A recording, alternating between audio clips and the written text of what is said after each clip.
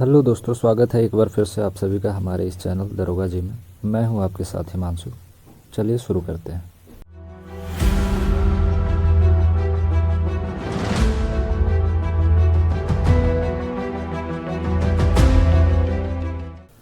अब तक हम लोगों ने चैप्टर 3 भारत का भू आकृति प्रदेश के 1 से 200 प्रश्नों को देख लिया है।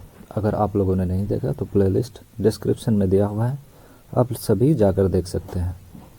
आज हम देखने जा रहे हैं प्रश्न संख्या 200 से आखिरी बचा हुआ प्रश्न 232 तक। शुरू करने से पहले अगर आप हमारे चैनल पर नए हैं तो हमारे चैनल को सब्सक्राइब जरूर कर लें और अपने दोस्तों के साथ शेयर करें। एक और आग्रह है आप सभी से, क्लास करने से पहले आप सभी नोटबुक और पेन लेकर ज़रूर बैठें और जो भी किया जा रहा है, कराया जा रहा है, उसे भली भांति अच्छे से नोट कर लेंगे।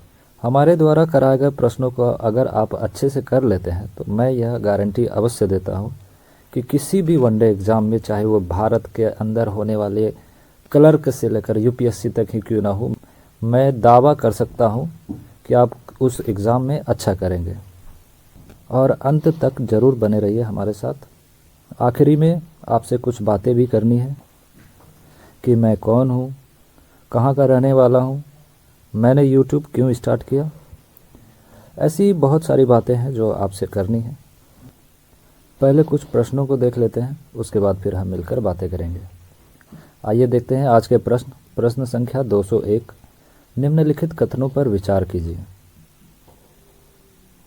ऑप्शन नंबर 1 कह रहा है पूर्वी घाटी की औसत ऊंचाई पश्चिमी घाट की तुलना में कम है। जी हाँ, ये सही है, ये बिल्कुल सही है। अगला ऑप्शन देखते हैं क्या है। पूर्वी घाट के मध्य 2 समांतर पहाड़ी पाई जाती है। हाँ जी, बिल्कुल, पूर्वी घाट के मध्य 2 समांतर पहाड़ी पाई जाती है, यानी इसका सही आंसर है 1 और 2 दोनों, यानी ऑप्शन नंबर सी।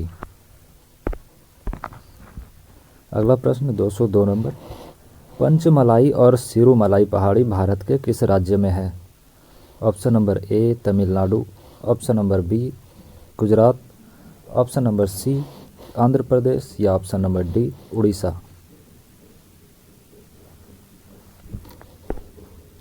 इसका सही answer option number A Tamil Nadu है। अगला प्रश्न 203, भारत के पश्चिमी तटीय मैदान का विस्तार कहां से कहां तक है? ऑप्शन नंबर ए है उड़ीसा से तमिलनाडु, ऑप्शन नंबर बी है उड़ीसा से Andhra Pradesh, option number C है गुजरात से तमिलनाडु या ऑप्शन नंबर डी है गुजरात से गोवा।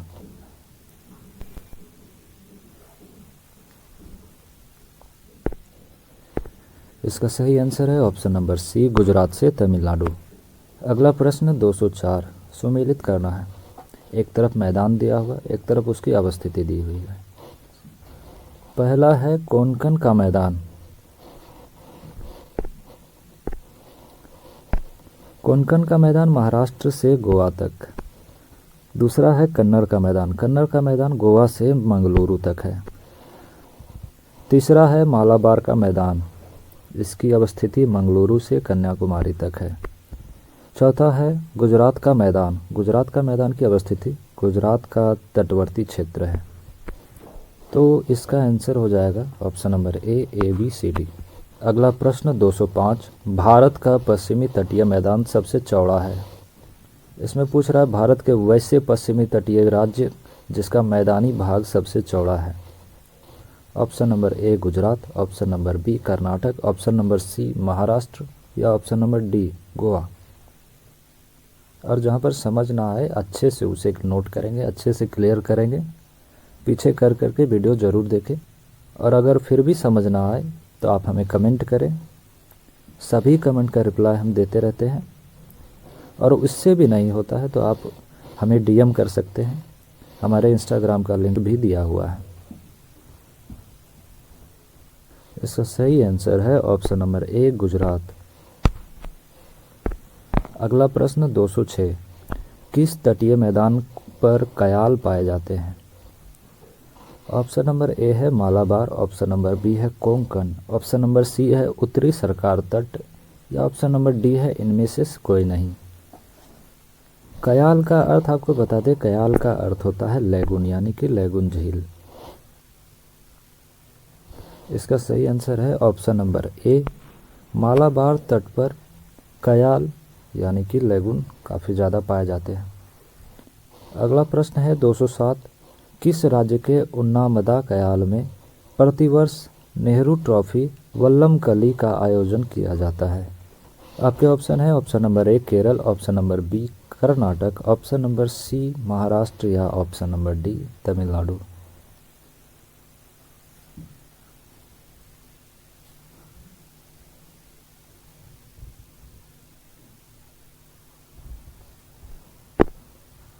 इसका सही आंसर है ऑप्शन नंबर ए केरल। अगला प्रश्न 208, पश्चिमी तटीय मैदानों के बारे में कौन सा कथन सत्य है? ऑप्शन नंबर ए है, पश्चिमी तटीय मैदान जलमग्न तटीय मैदानों का उदाहरण है। ऑप्शन नंबर बी है, यह अधिक कटा हुआ होने के कारण पतनों एवं बंदरगाहों का विकास होना।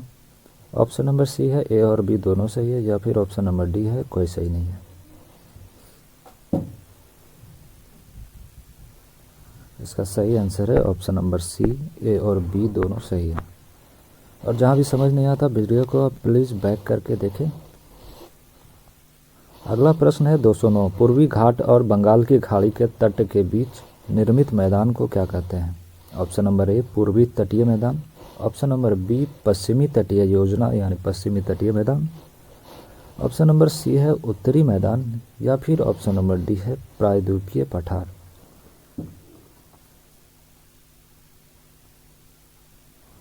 इसका सही आंसर है ऑप्शन नंबर ए पूर्वी तटीय मैदान। अगला प्रश्न 210, पूर्वी तटीय मैदान का विस्तार है। ऑप्शन नंबर ए पश्चिम बंगाल से तमिलनाडु, ऑप्शन बी है उड़ीसा से तमिलनाडु, ऑप्शन सी उड़ीसा से आंध्र प्रदेश, या फिर ऑप्शन नंबर डी गुजरात से तमिलनाडु।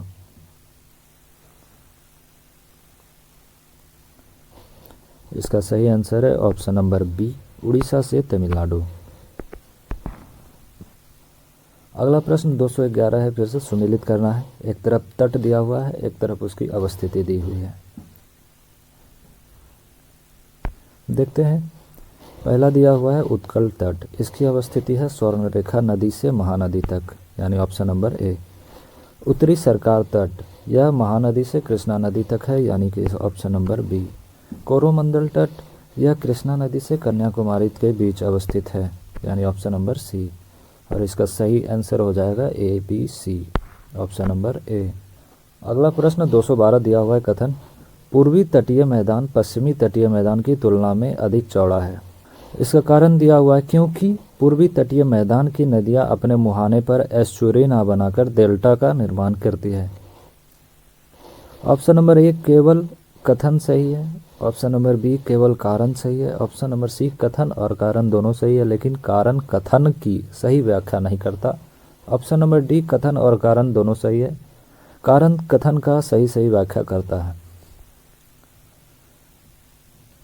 हो सकता है यह प्रश्न आपको समझ नहीं आए, इसे बैक करके आप जरूर देखें, पुनः देखें, वीडियो रोक कर देखें।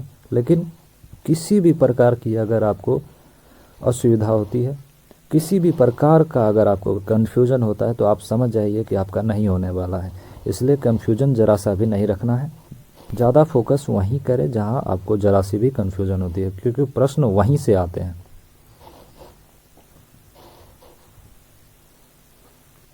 इसका सही आंसर है ऑप्शन नंबर डी, कथन और कारण दोनों सही है और कारण कथन का सही व्याख्या कर रहा है। अगला प्रश्न 213 है, फिर से सुमेलित करना है आपको। एक तरफ डेल्टा दिया है, दूसरे तरफ राज्य दिया है। आपको पता ही होगा डेल्टा पूर्वी तटीय मैदान की जो नदियां हैं वो डेल्टा बनाती है और पश्चिमी तटीय मैदान की जो नदियां हैं वो सभी एस्चुरी का निर्माण करती हैं। अगर आप लोगों को पता नहीं है तो इसके बारे में आप कमेंट जरूर करें कि डेल्टा और एस्चुरी के बारे में हमें वो वीडियो चाहिए। मैं पूरी कोशिश करूंगा इस पर वीडियो बनाने की, लेकिन पहले आप कमेंट करिए, अपने दोस्तों के साथ शेयर ज़रूर कीजिए जिससे कि उन्हें भी ये सब पता चले कि हमारे इस चैनल पर ऐसे वीडियो भी डाले जाते हैं।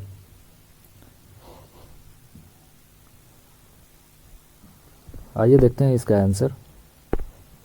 महानदी डेल्टा उड़ीसा राज्य में है, ऑप्शन नंबर ए। गोदावरी नदी डेल्टा आंध्र प्रदेश में है और कावेरी नदी डेल्टा तमिलनाडु में है। ए बी सी, इसका सही आंसर है option number A B C. अगला प्रश्न 214 है। अंडमान एवं निकोबार द्वीप समूह अवस्थित है। आपको बताना है अंडमान और निकोबार द्वीप समूह कहाँ अवस्थित है। ऑप्शन नंबर ए है बंगाल की खाड़ी, ऑप्शन नंबर बी अरब सागर, ऑप्शन नंबर सी फारस की खाड़ी या ऑप्शन नंबर डी भूमध्य सागर। आप सभी आंसर देने की कोशिश करें। आशा है कि आप सभी को यह जरूर पता होगा। अपना आंसर नोट करते जाएंगे और लास्ट में कमेंट में बताइए कि आपका कितना सही होता है। इसका कट ऑफ ज़्यादा नहीं रहने वाला है, चूँकि इस वीडियो में 32 ही प्रश्न है तो इसका कट ऑफ हम 25 रखते हैं। 25 यदि आपका सही हो जाता है 25 प्रश्न, तो समझ जाइए कि आपकी तैयारी अच्छी चल रही है और आपको और मेहनत करते रहना है ताकि किसी भी एग्ज़ाम में जाकर आप अपना झंडा गाड़ सकते हैं। और मैं तो हूँ ही यहाँ पर। किसी भी प्रकार की कोई परेशानी हो तो आप हमें डीएम करिए, आप हमें कमेंट करिए। मैं पूरी कोशिश करूँगा आपके आंसर देने की, आपका रिप्लाई देने की। आइए देखते हैं इसका आंसर क्या है। इसका आंसर है ऑप्शन नंबर ए बंगाल की खाड़ी में। आशा है आप सभी इसका सही आंसर दिए होंगे और अगर नहीं तो कोई बात नहीं, हम हैं यहाँ। हमारे वीडियो को लगातार देखते रहिए, आप भी एक ना एक दिन सफलता को करीब से देखेंगे। अगला प्रश्न है 215। अंडमान एवं निकोबार द्वीप समूह का निर्माण लगभग कितने द्वीप से मिलकर बनता है। यानी कि अंडमान और निकोबार द्वीप समूह जो है उसके अंतर्गत कितने लगभग द्वीप आते हैं। ऑप्शन नंबर ए है 572, option number B 575, option number C है 578 या फिर ऑप्शन नंबर डी है 560।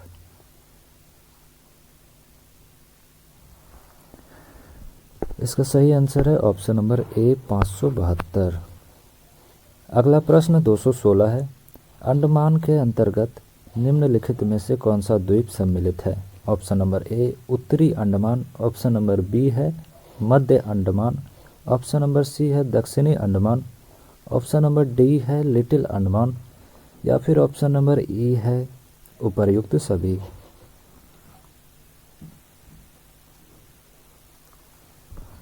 इसका सही आंसर है ऑप्शन नंबर ई उपर्युक्त सभी। इसमें एक बात ये जरूर देख रहे होंगे कि इसमें ऑप्शन नंबर ई भी आ गया। जानते हैं ऐसा क्यों है? क्योंकि हर प्रश्न को इस प्रकार से हमारे गुरुजी ने डिज़ाइन किया है कि केवल आप इनके नोट को ही कर लेंगे ना, तो आपको और कहीं भी भटकने की ज़रूरत नहीं होगी, कहीं भी सर्च करने की ज़रूरत नहीं होगी, कहीं भी और किसी तथ्य को देखने की ज़रूरत नहीं होगी कि क्या छूटा क्या नहीं छूटा। आप इतना कर लीजिए, बस काफ़ी है। बार बार हम इस बात को बोल रहे हैं। इस प्रश्न को भी अच्छे से आप नोट कर लीजिएगा और 3-4 बार देखेगा तो याद हो ही जाएगा। ज़्यादा कुछ बड़ा बात तो है नहीं। अगला प्रश्न है 217। अंडमान निकोबार द्वीप समूह की सबसे ऊंची चोटी कौन सी है। काफ़ी ज़्यादा इम्पोर्टेंट है, इसे आप लोग VVI मार्क कर लीजिएगा। देखते हैं ऑप्शन की ओर। ऑप्शन नंबर ए है सैडल चोटी, ऑप्शन नंबर बी है माउंट डिओबोली, ऑप्शन नंबर सी है माउंट कोयोब या फिर ऑप्शन नंबर डी है माउंट यूलियर। इसका सही आंसर है ऑप्शन नंबर ए सैडल चोटी और इसकी ऊंचाई 738 मीटर है। 738 मीटर, 738 मीटर।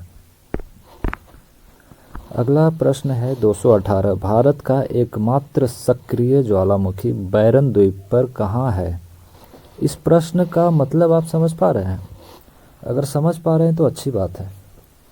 खैर हम समझाते हैं। देखिए प्रश्न क्या कह रहा है। भारत का एकमात्र सक्रिय ज्वालामुखी बैरन द्वीप पर है।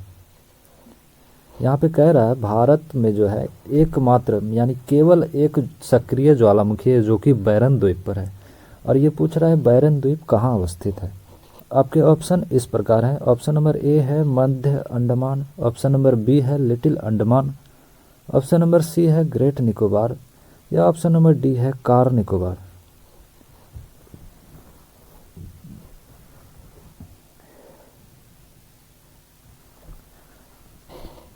इसका सही आंसर जानते हैं? इसका सही आंसर है मध्य अंडमान, और यह मध्य अंडमान के पूर्वी भाग में स्थित है। कहाँ? पूर्वी भाग में। कहाँ पर है? पूर्वी भाग में। जी बिल्कुल। अगला प्रश्न है 219 नंबर। निम्नलिखित में से किस द्वीप का निर्माण परवाल भित्तियों द्वारा हुआ है?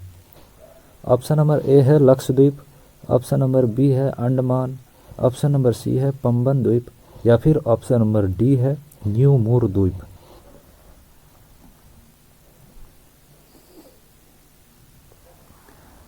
इसका सही आंसर आप लोगों को पता ही होगा। ऑप्शन नंबर ए है Lakshadweep.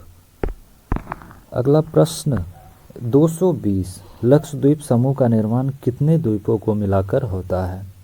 Option number A 36, option number B 38, option number C 39, या ऑप्शन नंबर डी 50। इसका सही आंसर है ऑप्शन नंबर ए 36।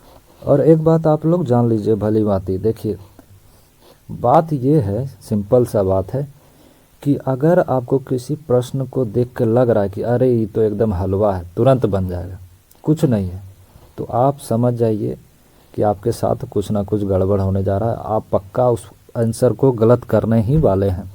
वहाँ पर आप, होता क्या है ना कि आप बहुत ज़्यादा ओवर कॉन्फिडेंस हो जाते हैं प्रश्न को लेकर।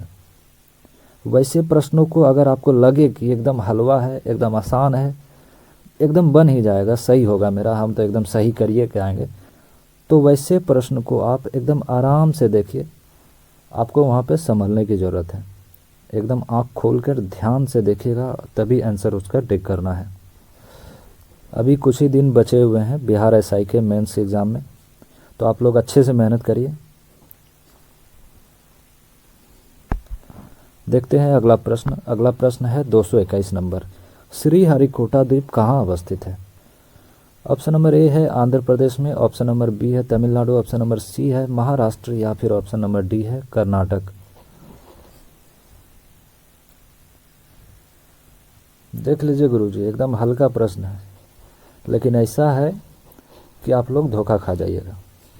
ऑप्शन ही ऐसा मिला मिला कर दिया जाता है।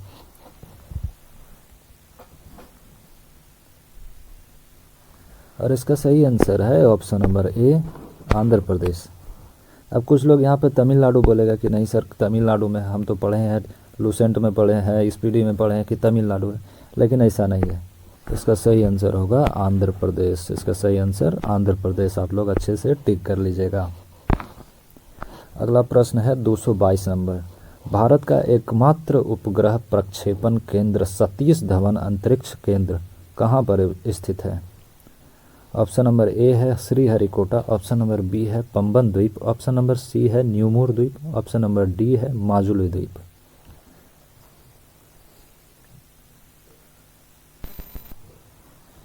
और इसका सही आंसर है ऑप्शन नंबर ए श्रीहरिकोटा द्वीप। अगला प्रश्न है 223 नंबर। पंबन द्वीप कहाँ अवस्थित है? ऑप्शन नंबर ए मन्नार की खाड़ी में, ऑप्शन नंबर बी बंगाल की खाड़ी में, ऑप्शन नंबर सी अरब सागर में, या फिर ऑप्शन नंबर डी है कच्छ के रण में।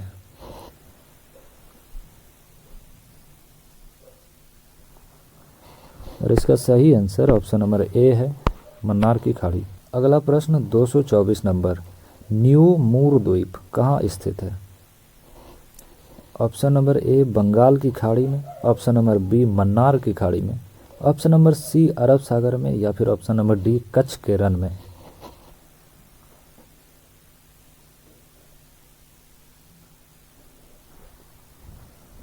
इसका सही आंसर है ऑप्शन नंबर ए बंगाल की खाड़ी में।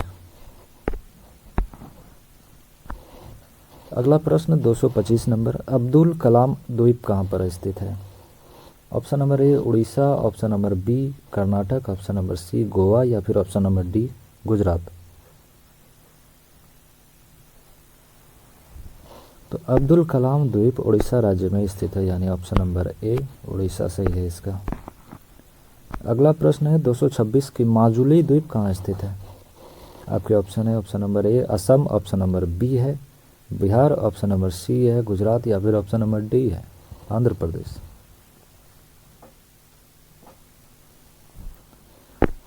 माजुली द्वीप असम में है। इसका सही आंसर है ऑप्शन नंबर ए असम। अगला प्रश्न 227 नंबर, माजुली द्वीप का संबंध किससे नहीं है? माजुली द्वीप का संबंध निम्न में से किस नदी से नहीं है? Option number A Brahmaputra, option number B Ganga, option number C Sindhu या फिर ऑप्शन नंबर डी कावेरी।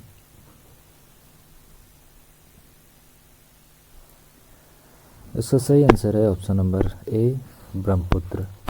अन्य तीनों जैसे कि गंगा, सिंधु, कावेरी से माजुली द्वीप का संबंध है। अगला प्रश्न 228 नंबर, दुनिया का सबसे बड़ा नदी द्वीप कौन सा है? Option number A Majuli, option number B New Moore, option number C Lakshadweep या फिर ऑप्शन नंबर डी पंबन द्वीप। और इसका सही आंसर है ऑप्शन नंबर ए माजुली।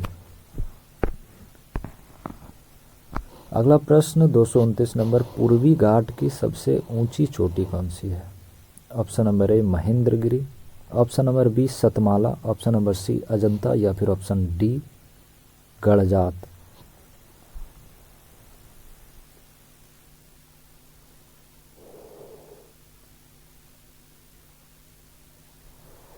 इसका सही आंसर है ऑप्शन नंबर ए महेंद्रगिरी। अगला प्रश्न 230 नंबर, गड़जात की पहाड़ी भारत के किस राज्य में स्थित है? Option number A Orissa, option number B Bihar, option number C Gujarat या फिर ऑप्शन नंबर डी मध्य प्रदेश।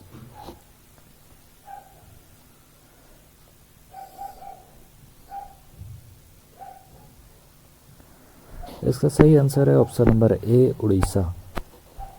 अगला प्रश्न 231 नंबर, कुलसुबाई किस राज्य की सबसे ऊंची चोटी है? Option number A Maharashtra, option number B Karnataka, option number C Tamil Nadu या फिर ऑप्शन नंबर डी उड़ीसा।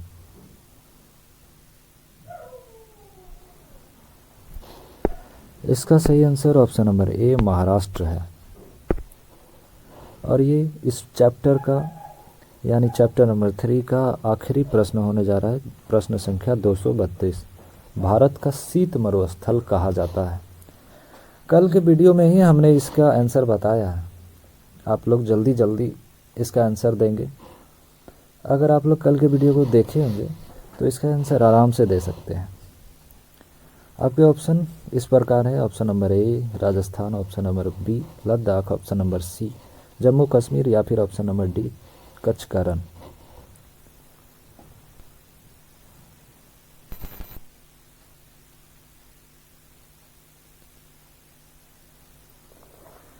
और इसका सही आंसर है ऑप्शन नंबर बी लद्दाख।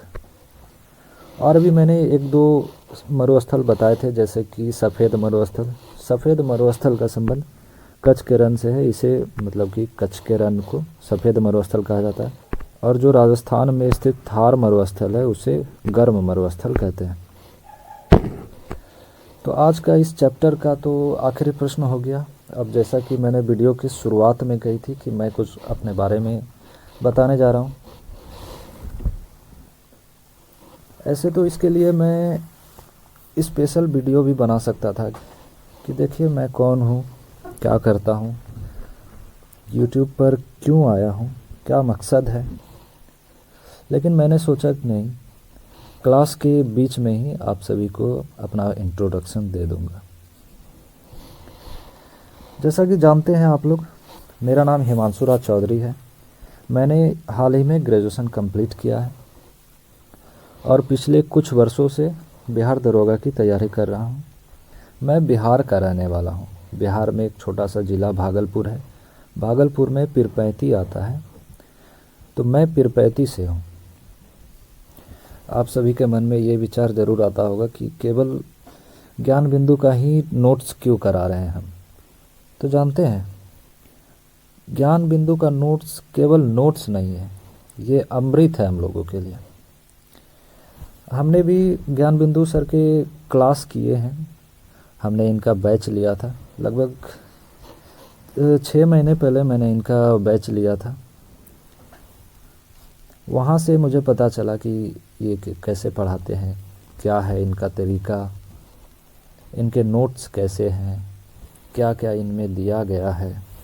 तो मुझे जहाँ तक समझ में आता है, सही सही बता रहा हूँ, मुझे जहाँ तक समझ में आ रहा है कि इनका अगर नोट्स कर लेते हैं ना, तो आपको और ज़्यादा कहीं कुछ भटकने की ज़रूरत नहीं है। आप एक ऑथेंटिक बुक लेकर भी इसका रिवीजन कर सकते हैं, वरना नहीं कीजिएगा तो कोई दिक्कत नहीं है। हर वो बुक, चाहे वो लूसेंट हो या फिर दृष्टि क्विज हो या फिर सार संग्रह ही क्यों ना हो, सभी मुख्य मुख्य बुक का यह संग्रह है। और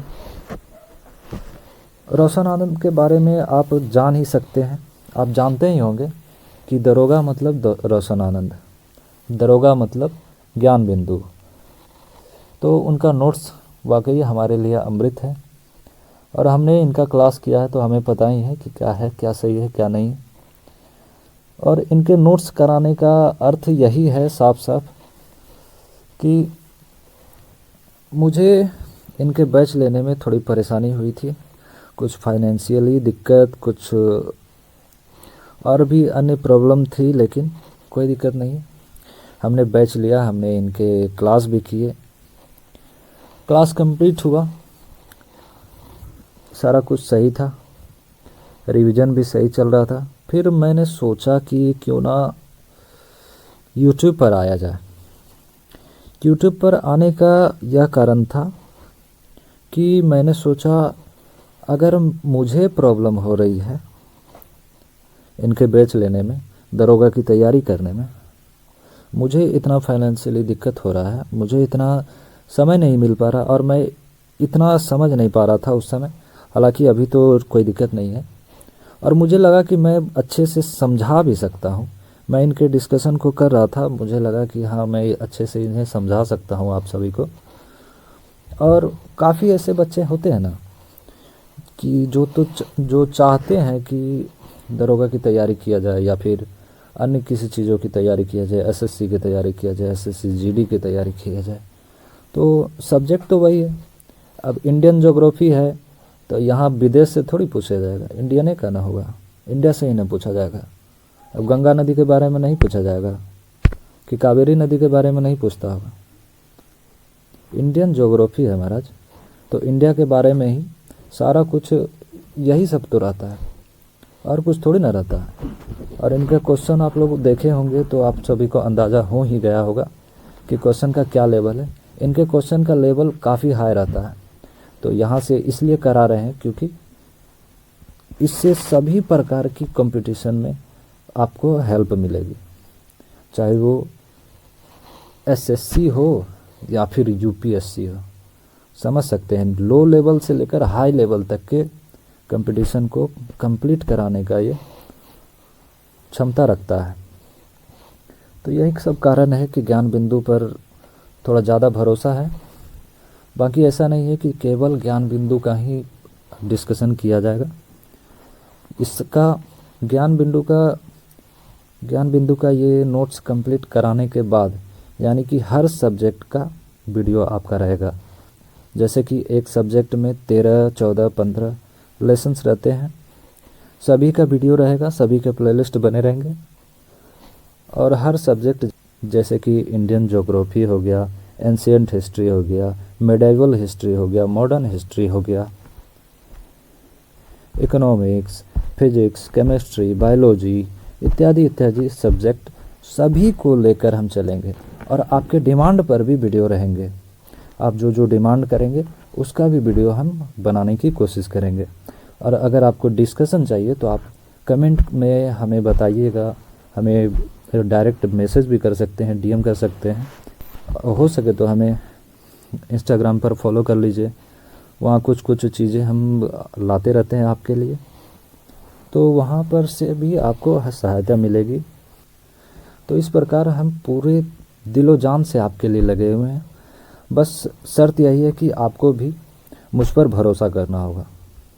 भले ही हमारा चैनल नया नया है, परंतु जोश अंदर से बिल्कुल तरोताज़ा है और हम आपके लिए खड़े हैं।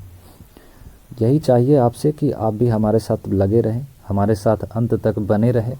अभी तो शुरुआत है, आगे आगे देखिए होता है क्या, बस इतना ही कहना चाहेंगे। चैनल चूँकि नया नया है, कम व्यूज़ आ रहे हैं, तो कोई दिक्कत नहीं है, आगे भी ऐसे ही मेहनत करते रहेंगे ताकि ज़्यादातर लोगों तक पहुँचे। अच्छी अच्छी चीज़ें ऐसे ही आगे बढ़ती रहनी चाहिए।